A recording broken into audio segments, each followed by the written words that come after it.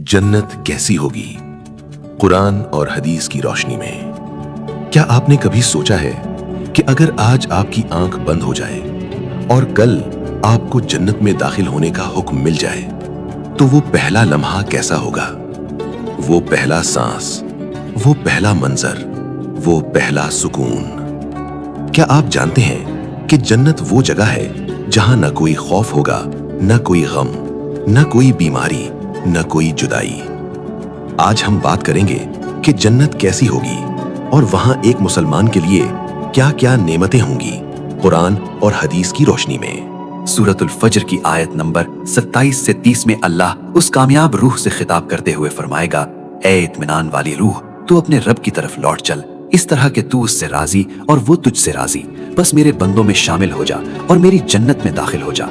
सोचिए, जब अल्लाह खुद आपको दावत देगा तो वो लम्हा कैसा होगा। जब आप जन्नत के दरवाजों के करीब पहुंचेंगे तो वहां खामोशी नहीं होगी बल्कि इस्तकबाल होगा। सूरत-उज़-ज़ुमर की आयत नंबर 73 में अल्लाह नक्शा खींचते हुए फरमाते हैं, और जो लोग अपने रब से डरते थे वो गुरुह दर गुरुह जन्नत की तरफ भेजे जाएंगे, यहाँ तक कि जब वो उसके पास पहुंचेंगे और उसके दरवाजे खोल दिए जाएंगे तो वहां के निगरान फरिश्ते उनसे कहेंगे, सलाम हो तुम पर, तुम बहुत अच्छे रहे, अब इसमें हमेशा के लिए दाखिल हो जाओ। फरिश्तों का सलाम और हमेशा की जिंदगी की खुशखबरी। जब पहला कदम अंदर पड़ेगा तो क्या एहसास होगा।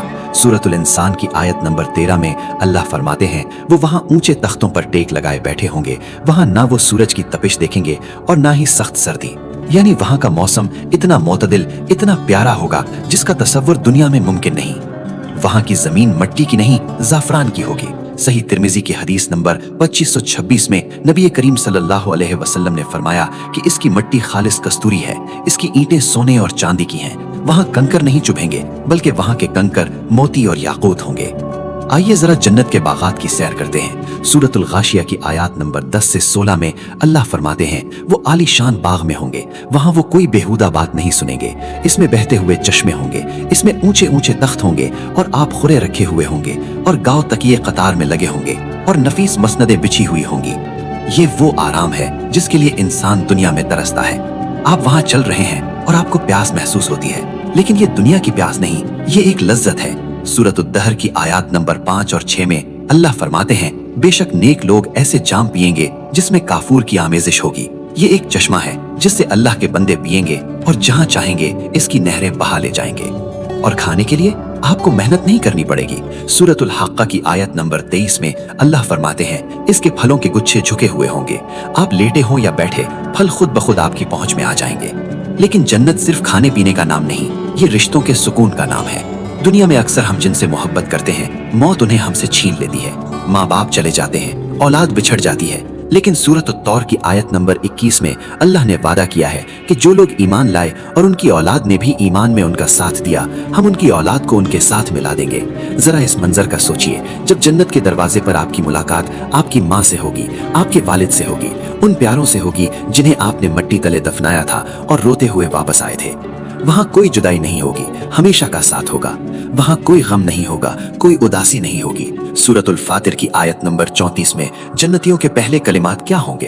वो कहेंगे, तमाम तारीफें उस अल्लाह के लिए हैं जिसने हमसे गम को दूर कर दिया। बेशक हमारा रब बख्शने वाला और कदरदान है। सोचिए, वो गम जो आपके सीने पर बोझ बना रहता है, वो फिक्र जो आपको सोने नहीं देती, वहां हमेशा के लिए खत्म हो जाएगी। वहां के महल्लात कैसे होंगे? सूरतुल अनकबूत की आयत नंबर 58 में अल्लाह फरमाते हैं, और जो लोग ईमान लाए और नेक अमल किए, हम उन्हें यकीनन जन्नत के ऊंचे बाला खानों में जगह देंगे जिनके नीचे नहरें बहती होंगी। वो वहां हमेशा रहेंगे। अमल करने वालों का क्या ही अच्छा अजर है। और वहां की सोहबत कैसी होगी? वहां कोई लड़ाई झगड़ा, कोई तानाजनी नहीं होगी। सूरतुल वाक़िया की आयत नंबर 25 और 26 में जिक्र है, वहां वो ना कोई बेहुदा बात सुनेंगे, न गुनाह की बात, बस हर तरफ सलाम ही सलाम की आवाज होगी। लेकिन दोस्तों, ये सब नेमतें, ये महलात, ये नहरें, ये सोने के कंगन, ये रेशम के लिबास, ये सब एक तरफ, और एक नेमत ऐसी है जो इन सब पर भारी है। वो जन्नत का सबसे बड़ा दिन होगा, वो दिन जब पर्दे हट जाएंगे। सूरतुल क़ियामा की आयत नंबर 22 और 23 में अल्लाह फरमाते हैं, उस दिन बहुत से चेहरे तरोताजा होंगे और अपने रब की तरफ देख रहे होंगे। सही मुस्लिम की हदीस नंबर 181 में रसूलुल्लाह सल्लल्लाहु अलैहि वसल्लम ने इस लम्हे की तफसील बताई। आपने फरमाया, जब जन्नती जन्नत में जा चुकेंगे तो अल्लाह पूछेगा, मेरे बंदो, क्या तुम कुछ और चाहते हो? वो कहेंगे, या अल्लाह, आपने हमारे चेहरे रोशन कर दिए, हमें जहन्नम से बचा लिया, अब और क्या बाकी है। तब अल्लाह ताला अपने और बंदों के दरमियान से नूर का पर्दा हटा देगा। कसम है अल्लाह की, जन्नतियों को कोई ऐसी नेमत नहीं मिली होगी जो अपने रब के दीदार से ज्यादा महबूब हो। वो रब जिसको बिन देखे सजदा किया, वो रब जिसके लिए रातों को रोकर रोए, वो रब जिसके खौफ से तन्हाई में भी गुनाह छोड़ दिए, आज वो रब आपके सामने होगा, बिला हिजाब होगा। तो मेरे भाइयों और बहनों, ये जन्नत कोई अफसाना नहीं है, ये वो हकीकत है जो कल आपके साथ पेश आने वाली है। लेकिन सवाल ये है कि इस आलीशान घर के लिए हमने कोई कीमत अदा की है? अल्लाह ताला सूरतुल आल इमरान की आयत नंबर 133 में हमें पुकार कर कहते हैं, और अपने रब की मग़फ़िरत की तरफ दौड़ो और उस जन्नत की तरफ जिसकी चौड़ाई आसमानों और जमीन के बराबर है, जो मुत्तकियों के लिए तैयार की गई है।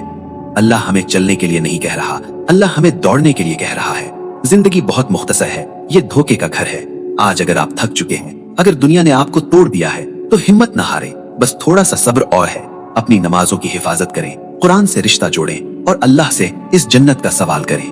नबी करीम सल्लल्लाहु अलैहि वसल्लम ने सही बुखारी की हदीस नंबर 6500 में फरमाया, दुनिया की मिसाल आखिरत के मुकाबले में ऐसी है जैसे तुम में से कोई अपनी उंगली समंदर में डाले और फिर देखे कि वो कितना पानी लेकर लौटी। ये दुनिया सिर्फ इस एक कतरे की तरह है और जन्नत वो पूरा समंदर है। कतरे के लिए समंदर को मत छोड़ें। आइए आज अभी इसी वक्त नियत करें कि हम अपनी बाकी जिंदगी इस जन्नत को पाने में लगा दें। अल्लाह हम सबको जन्नतुल फिरदौस में हमारे वालिदैन और प्यारों के साथ इकट्ठा फरमाए। आमीन।